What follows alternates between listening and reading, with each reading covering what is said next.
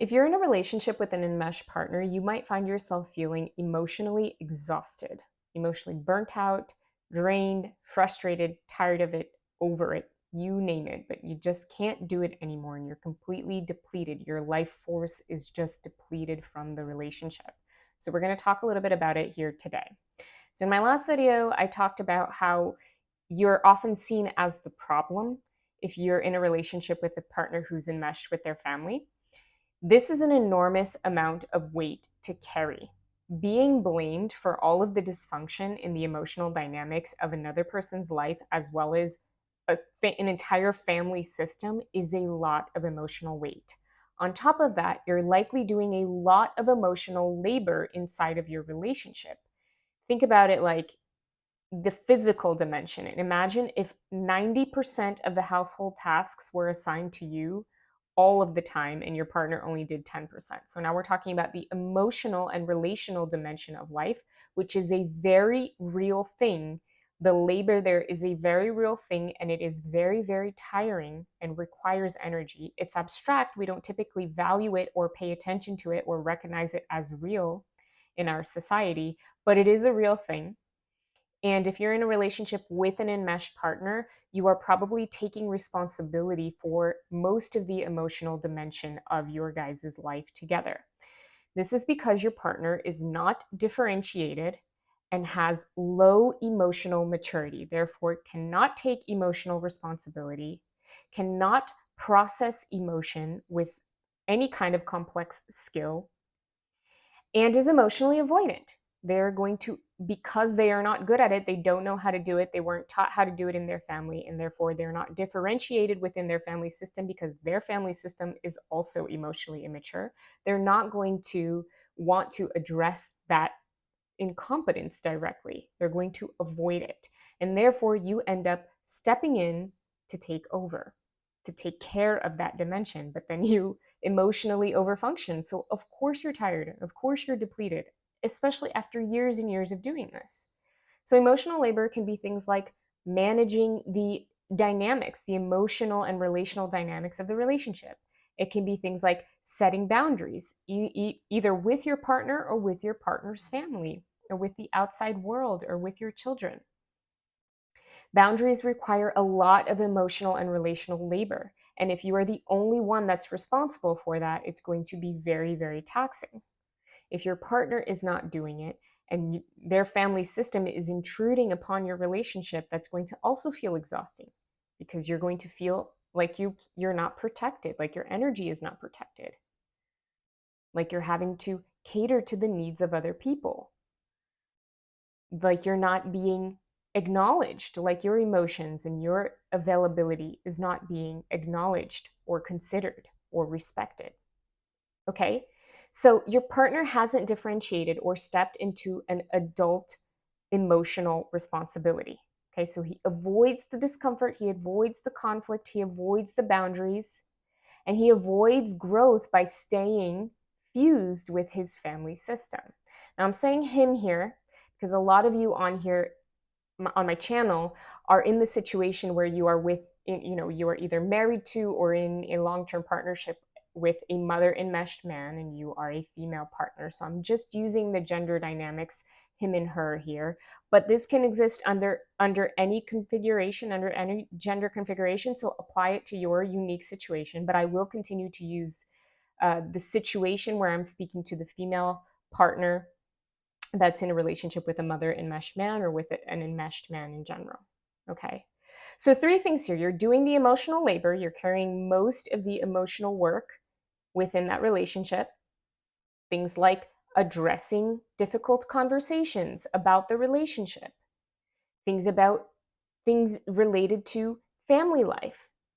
You are setting boundaries. You're the one responsible for setting boundaries or dealing with the lack of boundaries.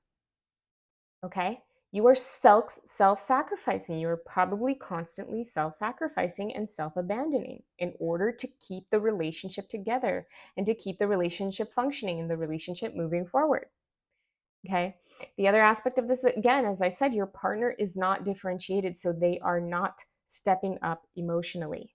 So there is severe imbalance.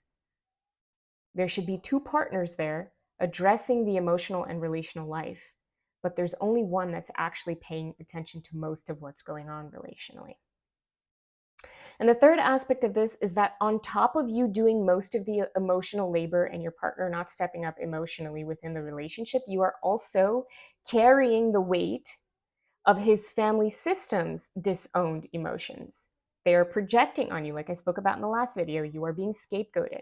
They are not owning their part in the dysfunction. They are not respecting boundaries. They are fused and enmeshed with your partner. And so on top of you already doing most of the emotional work in the relationship, you also have to do the emotional work for the family system. You are absorbing what they're projecting onto you. So of course you're exhausted, okay? Your partner won't set boundaries with his family. You're left feeling exposed, blamed, unprotected, drained, because you're probably caretaking things that you shouldn't be caretaking, because other people are not stepping in to take responsibility and help you maintain that balance, okay? Your partner avoids or shuts down relationship conversations about this. Probably he's defensive about it. Probably he's not open to actually hearing the impact that this all has on you. Probably you've tried a bunch of times. Okay? And there's no reciprocity there. There's no space holding. There's no receiving from their end. He's probably pushing it back onto you, which again makes you hold the weight of it. Okay? You initiate. He avoids, he delays, he minimizes, he deflects, he dismisses, he disengages, or he resists and gets defensive and reacts, and it leads to conflict. Okay, so you become the emotional container for everyone's discomfort and for everyone's disowned emotions, because they are emotionally mature and they're not taking emotional responsibility for their part in the dynamics.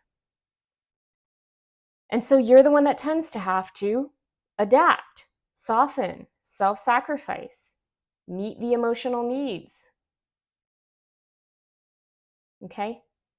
So this is where you're likely feeling your life force, your energy, your emotional stability just be completely drained out of you in micro interactions over the course of many years. So, why this essentially doesn't work long term is because you can't sustain yourself emotionally in this type of dynamic. You will eventually burnt out if you haven't burnt out already.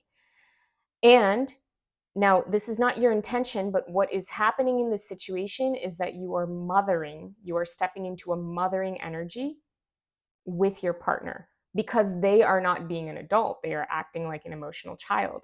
But by you stepping in and constantly trying to talk about it, trying to change things, trying to get him to change, trying to make him see what he's doing, make him see and understand your point, over explaining yourself, showing him the impact of what's going on for you, continuing to fight for and try to make things better in the relationship. Okay, all of this is actually a mothering energy. And the more you care and the more you carry, the less pressure there is for him to actually have to step up and grow. If you're always filling that space of the emotional adult, he never has to actually feel the void and step up to be that. And this mothering energy won't get him to change long term. Having conversations won't get him to change long term because he's not capable of that in this moment. That would require an emotional adult. That would require maturity and self-reflection. That would require having the emotional capacity to listen to someone else's feelings and to listen to the impact that your behavior or lack thereof is having on them, and the ability to have empathy and adjust. That's emotional maturity. Trying to talk about this, that mothering energy, over explaining yourself, trying to fix things, complaining about the situation, none of that is actually going to get through. It's landing on deaf ears because the person does not have the emotional maturity to receive it, to hold it, and to do something constructive with it. The only thing that a person who's not differentiated and who's not yet emotionally mature can respond to is behavioral changes. Okay? So explaining, accommodating, being understanding, self-sacrificing, none of this is going to work. It's not going to inspire reciprocity. So, you cannot keep self-sacrificing in this way.